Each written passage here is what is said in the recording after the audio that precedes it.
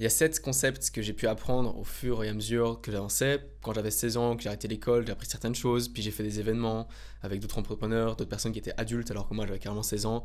Les gens avaient 20, 30, 40 ans, 50 ans parfois.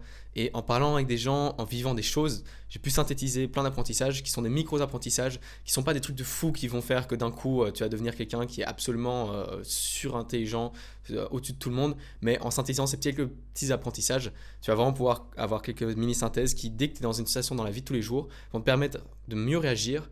Et avec ces micro-meilleures réactions, au final, vu que dans ta vie tu vas mieux réagir à chaque fois, ton chemin sera globalement avec une meilleure courbe que si quelqu'un n'a pas juste en tête ces petits points. C'est-à-dire que la personne qui va pas avancer avec ces points-là, elle va prendre sa direction et elle va arriver là, mais vu qu'elle prend quelques petites erreurs, globalement, après 10 ans, après avoir évolué, elle se retrouve là alors que sa destination était ici, ok. Alors que si toi, tu as plus de synthèse dans ta tête, plus de petits tips qui te permettent de garder le cap, bah tu seras peut-être là, ton objectif était là, et globalement, toi, tu seras ici par rapport à l'objectif, qu'on va mettre au point de ma casquette, ok, on va dire que c'était là, alors que l'autre mec qui a pas eu le petit tips, il pourrait être là. Bref, je te fais des petites métaphores pour que tu puisses comprendre. Je rentre directement dans le premier tips, qui est qu'en fait, l'intelligence va toujours gagner sur la stupidité.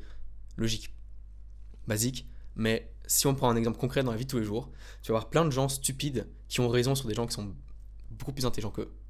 Donc tu vas avoir un mec qui va dire quelque chose, par exemple un mec va dire que si tu investis 10 000 euros sur le Bitcoin, demain tu vas être millionnaire. Et ce mec a eu raison parce que le mec est arrivé avec plein de chance, il est arrivé sur le marché des crypto-monnaies, il a investi 10 000 euros et il était au bon moment, au bon endroit. Ces 10 000 euros, maintenant, ils ont fait x4, il a 40 000 euros. Le mec est hyper content, il a juste mis 10 000 euros de son compte épargne. Le mec a 40 000 euros. Maintenant, il a acheté une nouvelle voiture, blablabla. Et le mec va commencer à donner des conseils sur le Bitcoin, alors qu'en fait, le mec est juste stupide et a juste eu de la chance.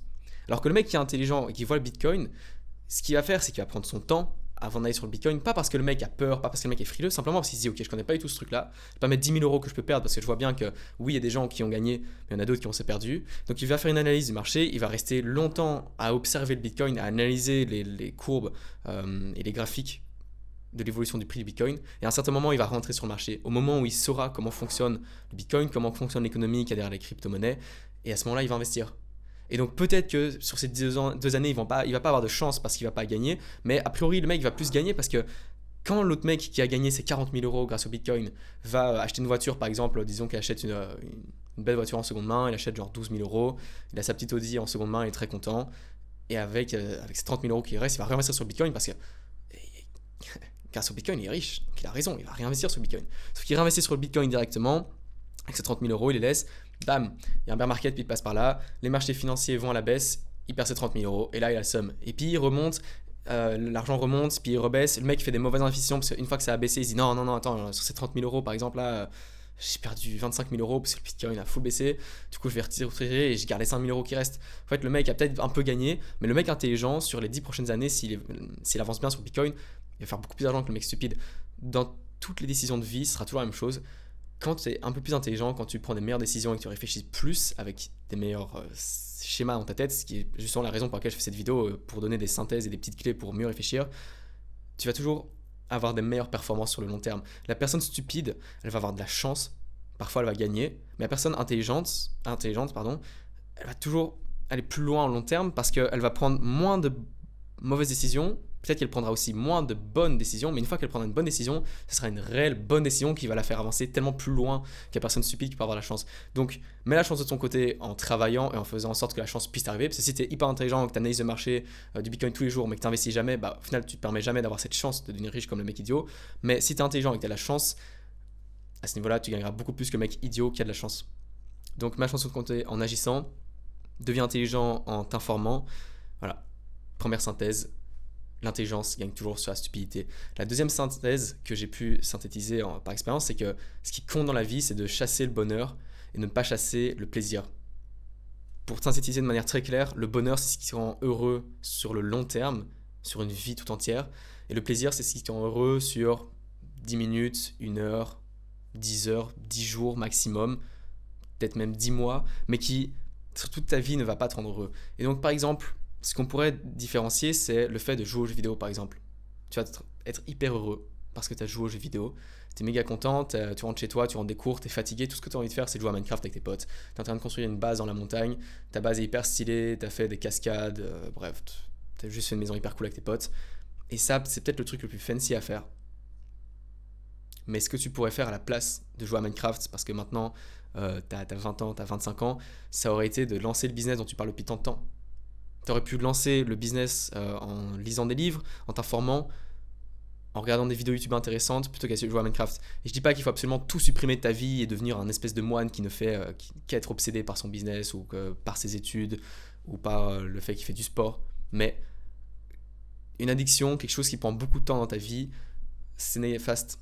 Et donc, chasse toujours le fait de vouloir être heureux au long terme et fais la décision de quand tu rentres chez toi, même si ce qui te ferait le plus plaisir là maintenant tout de suite c'est de jouer à Minecraft ou jouer aux jeux vidéo. Et je prends cet exemple parce que c'est ce qui m'arrive à moi. Moi j'étais addict aux jeux vidéo. Si toi tu as une autre forme d'addiction ou un autre truc qui te ruine un peu ton temps et la gestion de tes projets, c'est cette chose là que tu dois avoir en tête. Mais donc, quand tu rentres et que tu as envie de faire cette chose là, pour moi du coup jouer aux jeux vidéo, bah, il y a un moment où j'ai fait la transition dans ma tête et je me suis dit oui mais si là je craque et que je joue aux jeux vidéo alors que là maintenant je devrais tourner une vidéo pour faire avancer ma chaîne YouTube ou que je devrais ouvrir mes cours pour étudier et réussir mes examens, et j'ai deux choix à faire et il y en a un qui va me permettre d'avoir un diplôme et de réussir ma chaîne YouTube et d'avoir un business qui me permet de vivre tous les jours et de pouvoir avoir juste des choses qui me rendent heureuse au quotidien puisque j'ai un métier qui me plaît et je suis pas obligé de faire un métier qui me plaît pas. Ou alors, bah, je vais jouer à Minecraft, je suis heureux pendant 1 heure et demie le temps que je joue, puis je vais manger et bam, culpabilisation parce que je me dis, ok, j'ai pas fait ce que je devais faire, je sais que j'ai des objectifs qui me tiennent à cœur et je l'ai pas fait parce que j'ai fait le choix le plus facile. Donc, deuxième synthèse, chasse le bonheur et pas le plaisir. Troisième synthèse, ne laisse jamais les pensées négatives gagner. Ne laisse jamais les pensées négatives gagner et ça s'applique quand tu vas être par exemple à un meeting. J'ai déjà eu ça, ça m'est déjà arrivé. Hyper gênant comme situation. Je te raconte mon histoire. En gros, j'étais à un meeting entrepreneur à Anvers, donc c'est la ville portuaire de Belgique. Ville assez fancy du côté flamand. Donc globalement, la synthèse, c'est qu'il y a plein d'entrepreneurs, il y a plein de gens qui parlent anglais, néerlandais, français. Et moi, je dis à mon pote à un moment, parce que je vois un mec un peu chelou, que ce mec-là a l'air un peu bizarre. Et je le dis un peu trop fort, je le sais, je me dis merde, je le dis un peu trop fort. Et ça servait à rien du tout de dire ça. Ça servait vraiment à rien. Surtout que je suis pas du genre à critiquer, mais à ce moment-là, je me suis vraiment dit, ce gars a l'air un peu chelou. Je lui ai dit à mon pote parce que j'avais pas grand chose d'autre à dire. On se faisait un peu chat Steven, c'est un peu compliqué d'aller parler à des gens. On était hyper jeunes, les gens étaient beaucoup plus âgés. Et il y a un moment dans la soirée où je me retrouve à parler avec cette personne. Et cette personne, en fait, est pote avec le mec qui était à côté de moi quand j'ai dit que ce mec était bizarre. C'est-à-dire que je me retrouve à parler à cette personne un peu bizarre qui finalement était hyper intéressante, qui savait énormément de choses et qui m'a appris pas mal de choses. Et parce que j'étais un énorme bouffon, j'ai dit quelque chose de négatif sur cette personne, qui n'était pas spécialement malveillant envers cette personne. J'ai pas dit en face d'elle, j'ai pas dit pour qu'elle l'entende, je voulais pas la blesser cette personne, mais je me suis dit tiens cette personne est bizarre. J'ai eu un jugement négatif, je l'ai carrément même exprimé. En plus d'avoir ce jugement négatif qui était même juste pas positif pour que je puisse avoir de bonnes idées, juste au lieu d'avoir des trucs négatifs, penser à des choses positives pour m'amener vers des actions qui m'apportent quelque chose. Au-delà de ça, j'ai simplement été négatif dans le comportement et j'apportais la négativité au pote qui était avec moi. Malheureusement, le mec qui était à côté de nous, c'était un mec qui connaissait cette personne que j'ai critiquée. Et donc, quand je suis allé parler à cette personne-là et que je m'en suis rendu compte, je me suis dit, mais, hyper gênant. C'est-à-dire que là, à tout moment, le mec sait que j'ai dit que le mec était hyper bizarre et que je suis en train de parler avec lui. Il sait très bien qu'une demi-heure à peu près avant, j'avais dit que ce mec était bizarre. Ça te met mal à l'aise, ça te met dans des situations inconfortables. Donc, évite de critiquer les gens, évite de parler dans le dos des gens, ça se retournera toujours contre toi. Si vraiment tu as des choses à dire, dis-le à une personne de manière constructive et claire et explique pourquoi ça te dérange. Comme ça, si jamais tu dois te retrouver devant cette personne parce que l'autre personne a tout balancé à cette personne, tu sais complètement assumer absolument 100% de ce que tu as dit sur cette personne. C'est juste avoir une discussion d'adulte à adulte, expliquer pourquoi tu as dit ce que tu pensais. Donc, ne laisse jamais les pensées négatives gagner en ta tête. Ça, c'est un cas de critique sur une personne, mais ça peut aussi être le cas sur des situations. Par exemple, si tu as été en retard parce que, par exemple, tu as pris les transports publics pour une fois de l'année et que les transports publics t'ont mis en retard et que tu as raté un gros événement, ça sert à rien de commencer à s'énerver. Là, tu prends juste le mindset du stoïcisme. Je vais pas faire une vidéo sur tout le stoïcisme, il y a plein de vidéos qui existent, mais globalement, tu dis que tu n'avais pas de contrôle sur le fait que tu as été en retard, c'est pas toi qui conduisais le train, c'est pas toi qui conduisais le bus, donc tant pis, tu as été en retard, c'est comme ça. Maintenant, trouve une solution pour régler la situation, explique à la personne avec qui tu avais le rendez-vous pourquoi tu étais en retard, règle la situation, et c'est tout ce que tu peux faire. Donc, troisième synthèse, ne laisse jamais les pensées négatives gagner. Quatrième synthèse, aie correctement conscience de tes capacités. Là, c'est en train de sourire parce que ça m'est arrivé plusieurs fois de me faire des objectifs, de me visualiser, de me projeter, parce que j'ai toujours eu cette... ça peut être une capacité, ça peut être dit comme quelque chose de positif, mais ça m'a aussi piégé plusieurs fois. Et donc, ce qui se passait pour moi, c'était que je ne savais pas du tout m'auto-évaluer, je ne savais pas de quoi est-ce que j'étais capable réellement, et donc, je me disais que dans 1 an, j'allais être à cet objectif. Par exemple, pour prendre un objectif clair, quand je me suis dit pour la toute première fois que j'allais faire une chaîne YouTube, je me suis dit je vais commencer à poster une première vidéo. Et puis à ce moment-là, dans un an, j'aimerais par exemple avoir 100 000 abonnés parce qu'en gros, ce serait hyper stylé. J'étais pas très âgé à ce moment-là, évidemment, j'avais pas beaucoup d'expérience. Mais en gros, quand je voulais me fixer mes objectifs pour me motiver, ce que je faisais, c'était que je me fixais un objectif déjà irréaliste qui est les 100 000 abonnés. Parce que oui, c'est possible. Il y a un monde dans lequel, oui, j'ai 100 000 abonnés après un an à avoir fait des vidéos YouTube. Mais c'est pas moi qui ai un contrôle sur le fait que je vais avoir 100 000 abonnés. Là où je dis contrôle, c'est sur le fait de faire des vidéos. Et je pourrais me dire, ok, je fais une vidéo chaque semaine pendant un an, c'est mon objectif, je vais le réaliser, et après un an, je vois où j'en suis. Ça, c'est un objectif sain, c'est un objectif atteignable, parce que oui, c'est totalement possible pour moi de faire une vidéo par semaine, je le sais, j'ai mon emploi du temps, je sais ce que je vais faire pendant l'année, donc je sais que j'en suis capable. Ça, c'est un bon objectif. Le mauvais objectif, c'est de voir directement, de viser le résultat, et pas ce que tu vas faire pour arriver à ce résultat. Tu contrôles ce que tu fais, tu contrôles pas ce que tu obtiens. Et toujours ça, quand tu te fixes des objectifs, j'en parle souvent dans mes vidéos parce que c'est le truc le plus important, c'est vraiment quand j'ai compris, quand j'ai juste compris cette synthèse-là, que j'ai pu effectivement avancer sur mes objectifs, parce qu'au lieu de me fixer des objectifs à atteindre, je me fixais des choses à réaliser. Et c'est en fixant des choses à réaliser que tu réalises et donc tu atteins ces choses-là. C'est pas juste c'est pas juste à vouloir atteindre ces choses-là que tu vas les atteindre par pure magie, par pure loi de l'univers cosmique et trucs spirituels. Je suis pas en train de critiquer tout le spirituel et tout ce qui va avec, mais globalement, la chance arrive quand tu travailles. Si tu travailles pas, t'as beau sauter la chance, tu l'auras jamais. Donc, aie conscience d'objectifs que tu peux atteindre. Et ça va plus loin que juste le fait de se fixer correctement les objectifs. Ça va aussi dans le fait de, quand tu te poses un objectif, ne le vise pas trop. C'est-à-dire que ne mets pas trop haut la barre. Mets-toi quelque chose que tu es réellement capable de réaliser. Parce que si pendant un an, tu vas te dire que oui, tu vas faire une vidéo par semaine, mais qu'en fait, à côté de ça, tu as des études qui s'occupent 5 jours semaine, ou 5 jours semaine, tu es complètement occupé par tes études, le samedi, tu dois étudier tes cours, dimanche, pareil, peut-être qu'en fait, tu n'as pas du tout l'énergie de faire une vidéo par semaine, parce que tu n'as pas le temps d'écrire ta vidéo, tu n'as pas le temps de tourner ta vidéo, tu n'as pas le temps de monter ta vidéo. Je prends mon exemple de la vidéo, mais ça s'applique pour toi. Il faut juste extrapoler ce que j'ai pris et le mettre dans ta situation à toi. Mais globalement, tu n'as pas le temps et tu n'as pas l'énergie. Donc, tu t'es fixé cet objectif-là, tu as surestimé tes capacités et à cause de ça, tu ne vas pas réaliser ton objectif. Et du coup, pendant toute cette année-là, tu vas plus ou moins faire ton objectif, mais pas vraiment. À la fin de l'année, tu ne vas pas être satisfait et tu n'auras pas avancé. Donc, sache vraiment ce dont tu es capable de faire, fais-le bien, mais évalue-toi correctement. Et ça mène au 5e point directement, c'est que quand tu te fais des promesses, ne les trahis jamais. C'est-à-dire que tu vas te fixer ton objectif, dont je viens de parler, c'est-à-dire que pendant un an, tu vas faire, par exemple, dans mon cas, une vidéo par semaine, et au-delà de cet objectif-là, il faut que tu sois sûr que tu vas réaliser cet objectif-là. Tu te fais la promesse et tu vas jamais la trahir. Parce qu'à partir du moment où tu t'es mis une promesse et que tu la trahis jamais, tu vas absolument tout réaliser. Parce que maintenant que tu as un objectif qui est réalisable, réaliste et réalisable, que tu peux concrètement faire tous les jours, tu vas le réaliser. Et pour le réaliser, il faut que tu sois déterminé. Donc, quand tu te fais une promesse, la trahis jamais. Parce qu'à partir du moment où tu la trahis, par contre, c'est-à-dire qu'il y a un chemin sur lequel tu ne trahis jamais et tu réalises une vidéo par semaine, ça t'a amené assez loin. Ça m'a amené à une évolution de ma chaîne YouTube, hyper positive. Si à un moment j'avais trahi cette promesse-là, pour n'importe quelle raison, par flemme, par un autre événement où je me dis non, mais en fait, je vais faire ce projet-là à côté en parallèle, et donc tant pis si je fais pas mes vidéos, et que je trahis ma promesse, c'est-à-dire qu'en fait, je peux plus me faire confiance. Puisque j'ai déjà trahi une fois ma promesse, pourquoi est-ce que je pourrais me faire confiance sur d'autres projets que je mets en place en me disant je vais faire ça, je le fais jusqu'au bout et je le fais bien. À partir du moment où tu trahis ta promesse, c'est comme une personne qui, par exemple, imaginons pour prendre un exemple hyper concret qui parle à tout le monde, tu es en couple avec une personne, cette personne te trompe. Est-ce qu'après tu as envie de continuer la relation? Non, absolument pas, parce que tu sais que tu peux plus faire confiance à cette personne, tu pourras jamais refaire confiance à la personne, parce que si elle t'a trahi une fois, en te trompant, elle pourrait te retrahir une deuxième fois. C'est exactement la même chose avec toi. Si tu te trahis une fois, oui, tu vas récupérer la confiance progressivement, tout comme avec une personne, si tu te forces à rester avec la personne, à un moment, tu vas recréer une confiance, mais la relation sera un peu brisée, un peu entachée. Donc, quand tu te fixes une promesse, vu que tu as fixé un objectif réaliste et réalisable, tu le réalises à fond, tu es capable de le réaliser, et donc tu tiens ta promesse, tu la tiens jusqu'au bout. Ça mène au 6e point, qui n'a rien à voir avec les 2 points sur les objectifs, qui est un autre point qui est vraiment intéressant par rapport aux skills sociaux, au fait d'être plus sociable et plus ouvert, qui est qu'en fait, tout le monde s'en bat les couilles de ce que tu fais. Tout le monde s'en bat les couilles profondément de ce que tu fais. C'est-à-dire que dès que tu fais quelque chose, les gens vont en avoir conscience.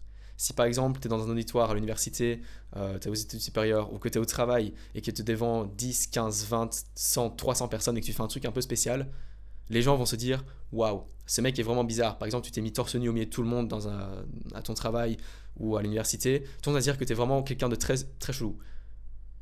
Mais les gens, une fois qu'ils ont vu l'événement, une fois que tu as remis ton t-shirt et que tu t'es réassis comme tout le monde, ils vont un peu rigoler, ils vont un peu glousser, tout le monde va faire son petit commentaire.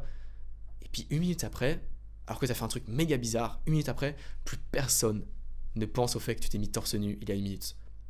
10 minutes après, plus personne. Et il y a quelques personnes qui ont des mémoires qui font faire en sorte que l'événement va revenir dans leur tête quand ils vont aller dormir, ils vont se dire ah putain mais aujourd'hui il y a un mec méga bizarre qui se met torse nu, il était hyper chelou. Il y a quelques personnes qui vont avoir ça, mais la plupart des personnes n'ont même pas cet élément qui va revenir à leur mémoire. La plupart des gens sont juste des gens à peu près des bots, pour le dire un peu cruellement. Il y a beaucoup de gens qui sont des bots.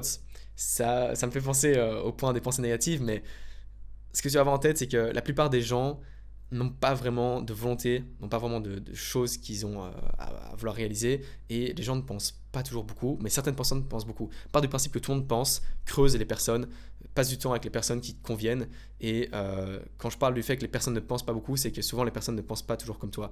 Bref, fin de la parenthèse, je reviens à mon point. Globalement, si tu fais quelque chose de bizarre, les gens s'en foutent, les gens vont l'oublier, les gens vont juste repasser à leur vie, tout le monde est obsédé par sa propre vie. Par exemple, moi-même, il y a quelques semaines, j'étais en train de marcher avec mes amis dans la rue, il y a un mec qui s'est mangé un pavé, il a failli s'exploser au sol, mais vraiment failli s'exploser très violemment au sol. Tout le monde a rigolé, enfin, non, les gens rigolent mais en se retenant de rigoler, mais tu vois que tout le monde le regarde, tout le monde a un petit sourire en coin, en mode est-ce que ça va, est-ce que je dois l'aider ou est-ce que je peux rigoler parce que le mec a failli s'exploser. 10 secondes après, mes amis ont repris leur discussion normale, plus personne ne regardait vers ce mec dans la rue, tout le monde avait repris leur regard vers la destination vers laquelle ils se dirigeaient, et tout le monde avait oublié. J'en ai reparlé à mes potes quelques jours après, parce que je me suis dit, tiens, est-ce que les gens se souviennent du fait qu'on a vu un mec qui a failli s'exposer? Mes potes s'en souvenaient même pas. Sur mes quelques potes, il y avait une personne qui se souvenait, ah oui, c'est vrai, ça me dit quelque chose, ouais, et puis ah oui, je me souviens. Et les autres n'avaient juste plus aucun souvenir de ces personnes qui étaient juste à côté d'eux, qui à quelques mètres, qui ont vu leur visage, qui ont reconnu leur visage, et qui a failli s'exposer devant eux. En fait, tu peux faire des trucs bizarres, tu peux te planter parfois. Tant que quand tu te plantes, tu fais pas quelque chose d'extrême qui blesse quelqu'un ou qui atteint profondément ses sentiments, la personne va juste oublier, la personne va passer à autre chose et tu pourras toujours te rattraper. Donc quand tu vas parler à des gens et que c'est hyper cringe et que c'est hyper bizarre parce que tu connais pas la personne et que tu sais pas quoi dire, c'est pas grave. Dis quelque chose, va dire quelque chose, dis quelque chose qui est juste sympathique, qui est avenant, parce qu'à partir du moment où tu dis quelque chose qui blesse la personne, là oui, la personne va te retenir comme quelqu'un de négatif, elle va avoir des pensées négatives envers toi et ça c'est négatif. Donc sois toujours sympathique quand tu parles à quelqu'un. Si tu as fait quelque chose de méchant, les gens vont souvent s'en souvenir, mais quand tu as fait quelque chose de plus ou moins bizarre mais sympathique, les gens vont très probablement oublier. Ça mène au 7e et dernier conseil, dernier tips, ne procrastine jamais. Dès que tu as un projet, dès que tu as une idée en tête, réalise ton projet. Mets-toi directement à réfléchir à ton projet. Ne perds pas de temps. N'essaye pas de commencer à faire des plans, de commencer à réfléchir comment est-ce que je vais le faire. Je vais faire comme ci, comme ça. Et puis oui, mais là, attends, c'est pas encore le printemps et je sais que je travaille mieux quand je suis au printemps parce qu'en hiver, il fait gris, il fait froid, il fait humide. Donc j'ai pas envie de commencer à courir maintenant. J'ai pas envie de travailler maintenant parce qu'il n'y a pas beaucoup de lumière. Quand je rentre au travail, il fait noir, ça me motive pas pour travailler. En fait, quand tu as une idée, quand tu as un projet en tête, mets-toi des deadlines. C'est-à-dire que tu réfléchis au projet, tu fixes vraiment l'objectif de comment est-ce que je peux atteindre cet objectif-là, comment est-ce que je peux réaliser ce projet-là. Ok, j'ai à faire ça, j'ai à le faire autant de fois, à telle fréquence, de cette manière-là. Donc tu te mets toute ta routine en place, tu te dis ok, par exemple, une fois par semaine, je vais faire ça, ou 2 ou 3 fois par semaine, je fais ça à telle heure, à tel moment. C'est possible, c'est réalisable. Tu te fais la promesse, et une fois que c'est fait, tout ce process-là, tu t'es laissé 1 ou 2 semaines pour réfléchir, effectivement, parce que oui, il ne faut pas te lancer dans des projets de manière idiote. Comme au début, j'en ai parlé, l'intelligence gagne toujours sur l'idiotie. On n'est pas dans une idiocratie non plus, donc sois intelligent, réfléchis. Prends le temps de réfléchir pour fixer un objectif réalisable, mais prends un temps qui est limité. Fixe-toi un temps limité pour réfléchir et pour réaliser ton objectif. Ne commence pas à dire que un truc qui serait mauvais, c'est de te dire qu'un jour tu vas réaliser tes objectifs, un jour tu vas réussir, ce qui est probablement le cas et ce qui est vrai. En fait, tant que tu te dis que tu vas réussir tes objectifs et que tu vas continuer à les avoir, il y a très probablement un jour où tu vas effectivement travailler sur ces objectifs-là et où du coup tu vas les réaliser. Mais tant que tu ne travailles pas dessus activement, tu n'es pas en train de les réaliser. Et donc tu repousses juste le moment où tu vas réussir. Donc quitte à réussir dans 10 ans, 20 ans, 30 ans, autant réussir dans 1 an, 2 ans, 3 ans, 5 ans, 10 ans, plutôt que 30 ans. Donc ne procrastine jamais. Je t'ai donné 7 clés, 7 concepts que j'ai synthétisés, qui te permettront de mieux réfléchir par rapport à tes propres enjeux dans ta vie. J'espère que ça t'aidera. Si tu trouves que ce que j'ai dit était intéressant, a priori c'est le cas, vu que tu es resté jusqu'à maintenant cette vidéo, donc c'est que tu es assez engagé dans ce que j'ai dit t'es intéressé. Tu peux t'abonner, c'est un win-win équitable où pendant tout ce temps-là, je t'ai donné des clés qui m'ont permis d'avancer moi-même, qui t'aideront à t'avancer toi. Et en échange, tu m'aides à faire avancer ma chaîne YouTube. Ça me semble complètement équitable. Sur ce, à bientôt.